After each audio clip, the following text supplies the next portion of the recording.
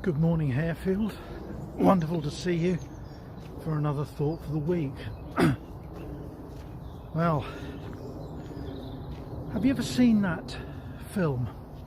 One by David Lean, very old film now, called Great Expectations.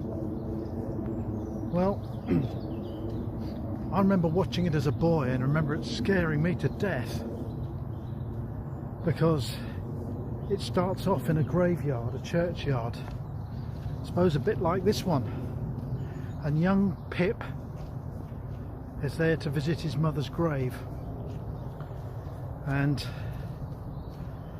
as he's laying flowers on his mother's grave, out pops the old lag Magwitch. Scared me to death when he came around. But there's not a lot that's quieter than a graveyard, and a graveyard is a quiet place. There's not much going on here, and we're all familiar with the text in the Bible, be still and know that I am God. But there's another text which I want to read to you now, and this one, believe it or not, is in Zechariah, and it says these words: "Be silent before the Lord, all humanity, for he is springing into action from his holy dwelling."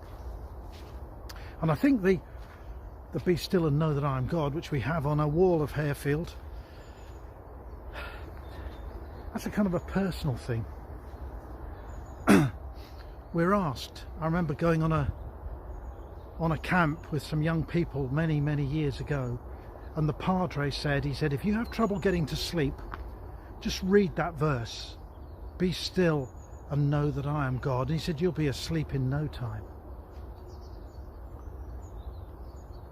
And so it's a kind of I think it's a personal one, that. But this one says, "Be silent before the Lord, all humanity." And this is for everybody. It's funny, in the verses just before that it says, "Shout before the Lord." But now God is going to quieten down all humanity. He's going to silence everybody. And why? Why is he going to silence everybody? Why is it all going to be quiet? And the answer is because he is springing into action from his holy dwelling. He is going to spring into action. Our God is not a God who sleeps. And he's going to demand one day that we're all quiet before him, and he springs into action. And I feel like I'd like to spring into action at this point in time, but I just have to be a bit patient. God is not idle. God doesn't slumber, he doesn't sleep, and he's going to spring into action. So be quiet before him. And while I'm here, it would be terrible not to point out, this is a grave of Yvonne Roberts and David Roberts. And David and Yvonne were founders of our church.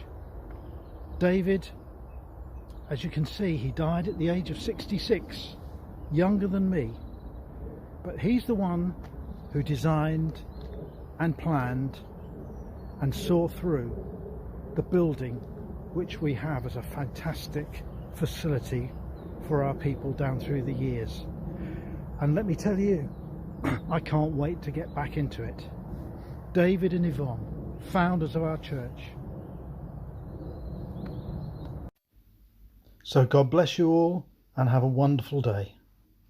Goodbye.